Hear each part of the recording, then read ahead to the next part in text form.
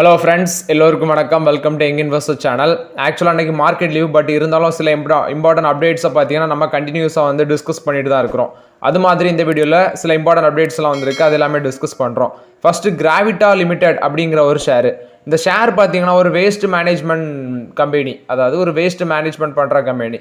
இந்த கம்பெனியோட share price வந்து 2020 மே அந்த டைமில் பார்த்தீங்கன்னா 33.20 அந்த ரேஞ்சில் இருந்திருக்கு. 2020 மேல வெறும் 33 ரூபாய்க்கு இருந்த ஷேரோட ப்ரைஸு இப்போ பார்த்தீங்கன்னா நெக்ஸ்ட் 4 இயர்ஸில் 2024 இப்போ அது மார்க்கெட்டில் 2206 ரூபா இருக்குது. லாஸ்ட் மார்க்கெட்டில் 13% இந்த ஸ்டாக் ரேலியாக இருந்துச்சு. ஃப்ரைடே 13% மேலே ரேலியாக இருக்குது. 2206 ரூபா இருக்குது இந்த ஷேர் ப்ரைஸு. பட் இதில் எனக்கு இன்வெஸ்ட்மெண்ட் கிடையாது. இந்த ஸ்டாக் ரிசர்ச் பண்ணி பார்க்கும்போது இவ்வளோ சம்பவங்கள் நடந்திருக்கு. அதாவது நான் லாஸ்ட் 4 வருஷத்தில் இந்த ஸ்டாக்கு 1 லட்சம் நீங்கள் இன்வெஸ்ட்மெண்ட் பண்ணியிருந்தீங்கன்னா அது வந்து 67 லட்சம் மட்டும் மாறி இருக்கு. ரிட்டர்ன்ஸ் பார்த்தீங்கன்னா 6568% ரிட்டர்ன் கொடுத்துருக்கு இந்த ஸ்டாக் ப்ரைஸ். மோரலட் இந்த இந்த கம்பெனியோட மார்க்கெட் கேபிடேஷன் 15,000 கோடிக்கு மேலே இருக்குது. ப்ரைஸ் டர்னிங் 59 அந்த ரேஞ்சில் இருக்குது. இது பார்த்தீங்கன்னா கிராவிட்டா லிமிடெட் அப்படிங்கிற ஷேரு. நீங்கள் வந்து 2020 1 லட்ச ரூபா இன்வெஸ்ட்மெண்ட் பண்ணியிருந்தால் இப்போ 4 வருஷத்தில் அது வந்து 67 லட்ச ரூபாய்ட்டு மாறி இருக்கும். இது கிராவிட்டா லிமிடெடை பொறுத்த வரைக்கும் அப்டேட்டு. நெக்ஸ்ட் பார்த்தீங்கன்னா BEL stock, Bharat Electronics Limited. இந்த ஸ்டாக் வந்து நம்ம ரீசெண்டாக நான் கன்சிடர் பண்ணதில் இந்த ஸ்டாக்கும் ஒன்று. ஸோ நல்ல வேளை நான் கன்சிடர் பண்ணது அந்த டிவிடெண்டோட அவங்க டிவிடெண்ட் அனௌன்ஸ் பண்ணியிருந்தாங்க. டிவிடெண்டுக்கான ரெக்கார்ட் டேட் முன்னாடியே கன்சிடர் பண்ணியிருந்தேன். இந்த ஷேரை பற்றி டீட்டெயில் எக்ஸ்ப்ளனேஷன் உங்களுக்கு கொடுக்கல, ஸோ அதை தான் கொடுக்குறேன். ஸோ மோரலட் இந்த ஸ்டாக் ப்ரைஸ் பார்த்தீங்கன்னா அந்த ஸ்டாக்கு என்எஸ்சியில் லிஸ்ட் ஆனது 1999 ஜனவரி 1 அந்த டைமில் லிஸ்ட் பண்ணியிருக்காங்க. ஸோ அந்த சமயத்தில் 0.22 ருபீஸ் அந்த ரேஞ்சில் லிஸ்ட் பண்ணியிருக்காங்க பெல்லோட ஒரு ஷேரோட ப்ரைஸு. 25 இயர்ஸ் ஜேர்னிக்கு அப்புறம் பார்த்தீங்கன்னா அந்த ஸ்டாக் இப்போ 303 ரூபா, லாஸ்ட் மார்க்கெட் க்ளோசிங் 303 ரூபா அந்த ரேஞ்சில் தான் இருக்குது. ஸோ அந்த ரேஞ்சில் அந்த ஒரு 25 வருஷம் ஜேர்னி எடுத்து பார்த்தீங்கன்னா 1,37,877% இந்த ஸ்டாக் வந்து ரிட்டர்ன் கொடுத்துருக்கு. ஒரு வருஷத்தில் 135% மேலே ரேலியாக இருக்குது. 5 இயர் பெர்ஃபார்மன்ஸ் எடுத்து பார்த்தீங்கன்னா 840% மேலே அந்த ஸ்டாக் வந்து ரேலியாக இருக்குது. ரீசெண்டாட்டு 0.80 ருபீஸ் டிவிடெண்ட் அனௌன்ஸ் பண்ணியிருந்தாங்க. அதுக்கான ரெக்கார்ட் டேட் பார்த்தீங்கன்னா ஆகஸ்ட் 14 ஸோ நான் வந்து அந்த ஆகஸ்ட் 14 முன்னாடியே கன்சிடர் பண்ணியிருந்தனால எனக்கு டிவிடெண்டும் கிடைக்கும். இந்த பெல் ஸ்டாக்கோட ப்ரைஸ் டு ஏர்னிங்ஸ் ரேஷியோ வந்து 52.33 இருக்குது. ஆக்சுவலாக இது வந்து நம்ம பார்த்தோம்னா அவங்களோட செக்டார் பி ரேஷியோட இது வந்து கம்மியாக தான் இருக்குது. அவங்களோட செக்டார் பி ரேஷியோ 68.24 இருக்குது. அதை விட இது கம்மியாக தான் இருக்குது அப்படின்னு சொல்கிறாங்க. அவங்களோட ரிட்டர்ன் ஆன் ஈக்விட்டி பார்த்தீங்கன்னா லாஸ்ட் ஃபிசிக்கல் இயரில் 24.4% இருக்குது.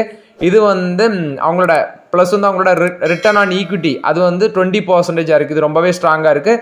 ஷேர் ஹோல்டர்ஸோட கேபிட்டலுக்கு வந்து ப்ராஃபிட் ஜென்ரேட் பண்ணுறதுக்கு ரொம்பவே யூஸ்ஃபுல்லாக இருக்கும். நெக்ஸ்ட் இந்த ஷேர் ப்ரைஸ் நான் சொன்ன மாதிரி 303 ரூபாவில் க்ளோஸ் பண்ணியிருந்தாங்க.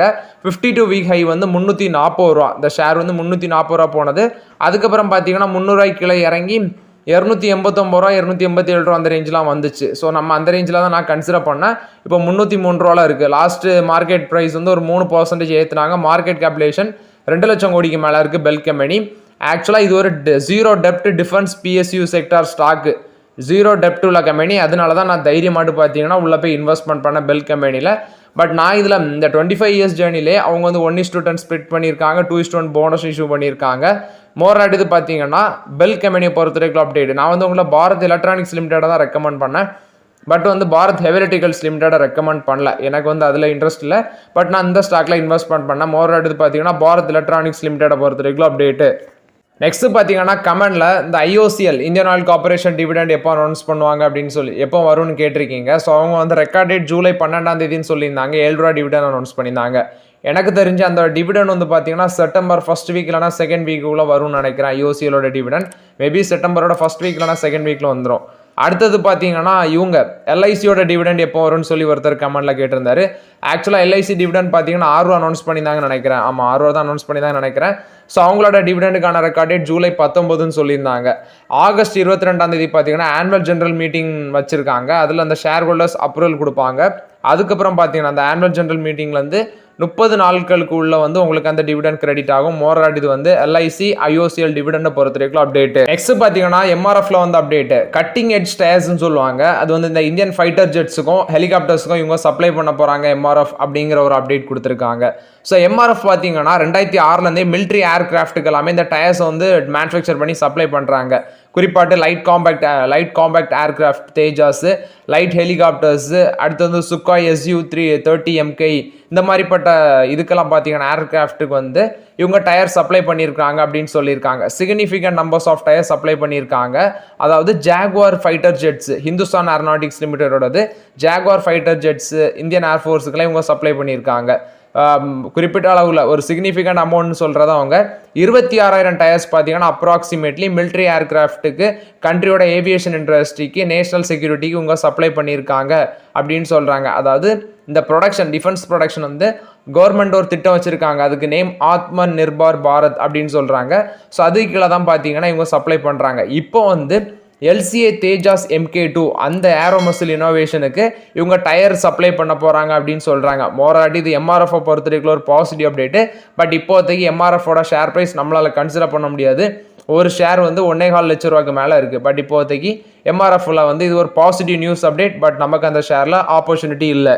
நெக்ஸ்ட் பார்த்தீங்கன்னா HDFC செக்யூரிட்டிஸ் தரப்புலேருந்து ஒரு அப்டேட் இருக்குது. இவங்க வந்து brokerage as a சர்வீஸ் அப்படிங்கிற ஒரு இனோவேட்டிவ் சொல்யூஷன் பிளாட்ஃபார்மை டிசைன் பண்ணியிருக்காங்க. ஸோ இது வந்து இன்ஸ்டியூஷனுக்கும் ஃபின்டெக் கம்பெனிஸ்க்கும் ரொம்பவே யூஸ்ஃபுல்லாக இருக்கும். ப்ளஸ் வந்து அவங்களோட பார்ட்னர்ஸுக்கு வந்து சர்வீஸ் ப்ரொவைட் பண்ணுறதுக்கு ரொம்பவே யூஸ்ஃபுல்லாக இருக்கும். இது வந்து அவங்களோட ட்ரேடிங் பிளாட்ஃபார்மாக இருக்கிற HDFC Sky அந்த அப்ளிகேஷன் அண்ட் வெப்சைட் மூலமாட்டம் அவங்களோட கிளைண்ட்ஸு வந்து ட்ரேடிங் கேப்பபிலிட்டிஸை வந்து பார்த்தீங்கன்னா ப்ரொவைட் பண்ணலாம் அப்படின்னு சொல்கிறாங்க. HDFC சர்வீஸ் இந்த இன்ட்ரடியூஸ் பண்ணியிருக்கிறது இன்ஸ்டியூஷனல் ஃபின்டெக் கம்பெனிஸுக்கு வந்து அடிஷ்னல் ரெவன்யூ ஸ்ட்ரீம்ஸ் வந்து அடிஷ்னல் ரெவன்யூ ஜென்ரேட் பண்ணுறதுக்கும் அவங்களுக்கு சர்வீஸ் ப்ரொவைட் பண்ணுறதுக்கும் யூஸ்ஃபுல்லாக இருக்கும்.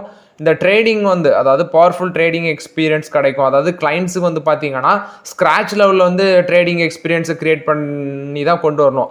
ஆனால் இவங்க இப்போ இன்ட்ரடியூஸ் பண்ணியிருக்கிறது மூலமாட்டு ஸ்க்ராட்ச் லெவலில் வந்து டெவலப் பண்ணுற தேவையில்லை. ஸோ ஓரளவு ட்ரேடிங் நாலேஜ் இருந்தாலே பார்த்தீங்கன்னா பவர்ஃபுல் ட்ரேடிங் எக்ஸ்பீரியன்ஸ் இவங்க இன்ட்ரடியூஸ் பண்ணியிருக்கிற இந்த பேஸ் பிளாட்ஃபார்ம் மூலமாட்டு கிடைக்கும் அப்படின்னு சொல்கிறாங்க. மோராட் இது பார்த்தீங்கன்னா HDFC செக்யூரிட்டிஸை பொறுத்தவரைக்கும் ஒரு பாசிட்டிவ் அப்டேட்டு. நெக்ஸ்ட் பார்த்தீங்கன்னா Walt Disney Reliance Industries Limited வந்து மெர்ஜர் பண்ண போகிறாங்க சொல்லி அப்படின்னு நம்ம அப்டேட் பார்த்துருந்தோம். ஸோ இதில் கவனிக்க வேண்டியது இந்த Walt Disney Reliance Industries merger சம்மந்தமாட்டு competition commission of India approval கொடுத்துருக்காங்க. ஸோ அந்த அப்ரூவலுக்கு அப்புறம் பார்த்தீங்கன்னா ஹிந்தி ரீஜனல் சேனல்ஸ் வந்து ஷட் டவுன் பண்ண வாய்ப்பு இருக்குது அப்படின்னு சொல்கிறாங்க. இதில் அவங்க சொல்கிறது அந்த அப்ரூவலுக்கு வேண்டி Hindi general entertainment channel primary GEC star plus colours இந்த மாதிரி செக்டர் சேனல்ஸ் எல்லாமே டிஸ்கண்டினியூ பண்ண வாய்ப்பு இருக்குது. அதாவது கன்னடா, மராத்தி, பாங்க்லா இந்த லாங்குவேஜஸில் இருக்க சேனல்ஸ் எல்லாமே இந்த மெர்ஜர் என்டிட்டிக்கு அப்புறம் பார்த்தீங்கன்னா க்ளோஸ் ஆக சான்சஸ் இருக்குது, ஷட் டவுன் பண்ண சான்சஸ் இருக்குது. இந்த மெர்ஜர் சம்மந்தமாட்டு 40% ஆஃப் த மார்க்கெட் ஷேர் இவங்க ஹிந்தி, கன்னடா, பாங்க்லா, மராத்தி சேனல்ஸில் இவங்க வச்சுருக்காங்க. ஸோ அது மட்டும் இல்லாமல் மேஜர் கிரிக்கெட்டு, நான் கிரிக்கெட் ஈவெண்ட்ஸ், என்டர்டைன்மெண்ட் இதிலெல்லாம் பார்த்தீங்கன்னா இவங்களுக்கு வந்து மார்க்கெட் ஷேர் அதிகமாக இருக்குது. ஸோ மோராட்டி இவங்க சொல்கிறத வச்சு பார்த்தீங்கன்னா இந்த மெர்ஜர் வந்து அக்டோபரில் கம்ப்ளீட் ஆகும்னு சொல்கிறாங்க. ஸோ 2026 ஃபெப்ரவரிக்குள்ளே ப்ராசஸ் கம்ப்ளீட் ஆகும் அப்படின்னும் சொல்கிறாங்க. இந்த மெர்ஜரில் வந்து நம்ம கவனிக்க வேண்டியது ரிலையன்ஸ் வந்து 56% ஸ்டேக் வந்து ஹோல்ட் பண்ணுவாங்க. இந்த மெர்ஜர் அக்ரிமெண்ட் படி 37% வந்து வால்ட் டிஸ்னி வந்து ஹோல்ட் பண்ணுவாங்க. போதி ட்ரீ சிஸ்டம்ஸ் அப்படின்னு சொல்கிறாங்க. அதாவது James Murdoch and Uday Shankar இவங்க வந்து 7% ஆஃப் த ஷேர் வந்து ஹோல்ட் பண்ணுவாங்க அப்படின்னு சொல்லியிருக்காங்க. அடுத்து பார்த்தீங்கன்னா Walt Disney Reliance Industries merger சம்பந்தமான அப்டேட்டு. நெக்ஸ்ட் பார்த்தீங்கன்னா க்ரூட் ஆயில் இம்போர்ட் டீடைல்ஸ் வந்திருக்கு. இந்தியா வந்து பார்த்தீங்கன்னா $2.8 பில்லியன் க்ரூட் ஆயில் வந்து ரஷ்யாவிலேருந்து இம்போர்ட் பண்ணியிருக்காங்க. Which means 40% of the total oil பர்ச்சேஸில் 40% வந்து பார்த்தீங்கன்னா ரஷ்யாவில் தான் வந்திருக்கு. $2.8 பில்லியன் க்ரூட் ஆயில் வந்து ரஷ்யாவிலேருந்து இம்போர்ட் பண்ணியிருக்காங்க. ஆஃப்டர் தட் அதாவது சைனாக்கு அப்புறம் இந்தியா தான் ஒரு லார்ஜஸ்ட் இம்போர்ட்டராக இருக்கிறாங்க. இந்தியா வந்து பார்த்தீங்கன்னா world 3rd largest oil consuming and importing nation அப்படின்னு நம்ம இருக்கிறோம். இந்த ரஷ்யா உக்ரைன் வாருக்கு அப்புறம் பார்த்தீங்கன்னா நமக்கு வந்து ரஷ்யாட்டேருந்து அதிக அளவில் ஆயில் நம்ம இம்போர்ட் பண்ணுறோம். காரணம் பார்த்தீங்கன்னா அவங்க டிஸ்கவுண்ட் ப்ரைஸஸில் வந்து நமக்கு ஆயில் ப்ரொவைட் பண்ணுறாங்க. அதனால வந்து யூரோப்பியன் கண்ட்ரிஸை கம்பேர் பண்ணும்போது நமக்கு ஆயில்ஸ் வந்து பார்த்தீங்கன்னா ரஷ்யாட்டேருந்து டிஸ்கவுண்ட் ப்ரைஸஸில் கிடைக்குது. Before the Russia Ukraine war பார்த்தீங்கன்னா ரஷ்யாட்டேருந்து நம்ம less than 1% of the oil தான் இம்போர்ட் பண்ணோம். இப்போ நம்மளோட டோட்டல் ஆயில் பர்ச்சேஸில் அது 40% இருக்குது. எனர்ஜி அண்ட் கிளீனர் அந்த சென்டர் ஆஃப் ரிசர்ச் கொடுத்த ரிப்போர்ட் படி சைனா வந்து 47% இருக்கிறாங்க ரஷ்யானோட க்ரூட் எக்ஸ்போர்ட்டு. அடுத்தது இந்தியா பார்த்தீங்கன்னா 37% இருக்குது. யூரோப்பியன் வந்து 7% இருக்குது. டர்க்கி வந்து 6% இருக்குன்னு சொல்லியிருக்காங்க. அடுத்தது சைனாவும் இந்தியாவும் பார்த்தீங்கன்னா கோலும் ரஷ்யாட்ட வந்து பர்ச்சேஸ் பண்ணியிருக்காங்க. டிசம்பர் 2022 ஜூலை 2024 வரைக்கும் பார்த்தீங்கன்னா சைனா வந்து 47% ஆஃப் த ரஷ்யன் கோலை வந்து அங்கேருந்து இங்கே கொண்டு வந்திருக்காங்க. இந்தியா வந்து 18% வந்து இம்போர்ட் பண்ணியிருக்காங்க. டர்க்கி 10%, சவுத் கொரியா 10%, தைவான் 5%, இவங்க தான் டாப் 5 பையர் லிஸ்ட்டில் இருக்கிறாங்க. மோரார் இது பார்த்தீங்கன்னா க்ரூட் ஆயில் வந்து இம்போர்ட் பண்ணுறது ரஷ்யாவிலேருந்து நம்ம அதிக அளவில் பண்ணுறோம். ரீசன்ட் டிஸ்கவுண்ட் ப்ரைஸில் கொடுக்குறாங்க இந்த ரஷ்யா உக்ரைன் வாருக்கு அப்புறம். இது வந்து நம்மளோட க்ரூட் ஆயில் இம்போர்ட் பொறுத்தான அப்டேட்டு. பிளிங்கிட் தரப்பில் வந்து ஒரு அப்டேட் கொடுத்துருக்காங்க. அவங்களோட சர்வீஸை இன்டர்நேஷனல் மார்க்கெட்டுக்கு வந்து எக்ஸ்பேண்ட் பண்ணுறாங்க அப்படின்னு சொல்லியிருக்காங்க. இந்த ரக்ஷா பந்தனில் சில அப்டேட்ஸ் கொடுத்துருக்காங்க. இந்த சர்வீஸ் பார்த்தீங்கன்னா ஆகஸ்ட் 19 வரைக்கும் அவைலபிள் அப்படின்னு சொல்கிறாங்க. டெலிவரி வந்து 10 மினிட்ஸில் வந்து ஆர்டர் பிளேஸ்மெண்ட்டுக்கு அப்புறம் 10 மினிட்ஸில் ஆர்டர் பிளேஸ்மெண்ட் ஆகும்னு சொல்கிறாங்க. அதாவது USA, Canada, Netherlands, Germany, France, Japan இங்கெல்லாம் அந்த ஆர்டர் வந்து 10 மினிட்ஸில் பிளேஸ் ஆகும். ஸோ இன்டர்நேஷனல் ஆர்டரை வந்து இப்போ கஸ்டமர்ஸுக்கு அலோவ் பண்ணுறதுக்கு வேண்டி இப்போ சிப்ளிங்ஸ் வந்து இப்போ ரக்ஷாபந்தனுக்கு கிஃப்ட்டை வந்து பார்த்தீங்கன்னா நீங்கள் இந்தியாவிலேருந்து அப்ராடுக்கு சென்ட் பண்ணுவீங்க. ஸோ அதை வந்து 10 மினிட்ஸ், அதாவது நீங்கள் ஆர்டர் ப்ளேஸ் பண்ணதில் 10 மினிட்ஸில் அவங்க டெலிவரி பண்ணிடுவாங்க அப்படின்னு சொல்கிறாங்க.